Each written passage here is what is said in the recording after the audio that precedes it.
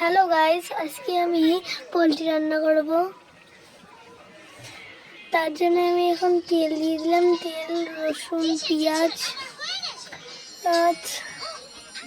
ভালো করে রান্না করব। ভালো করে রান্না করে দেখো, আমি এটাকে ভালো করে নেড়ে চেড়ে নেব।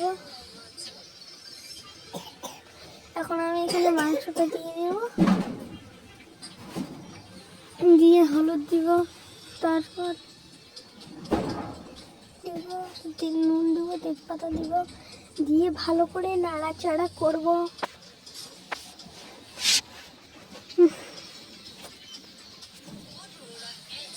আমাদের ভিডিওগুলো ভালো লাগলে লাইক, কমেন্ট, শেয়ার করবেন।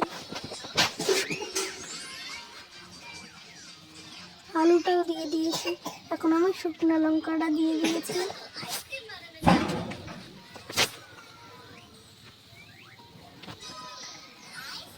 শুকনো লঙ্কাটা দিয়ে একটু মিক্স করে কোনো আটা বাটাটা দিয়ে দেবো। এখন আমি জল দিয়ে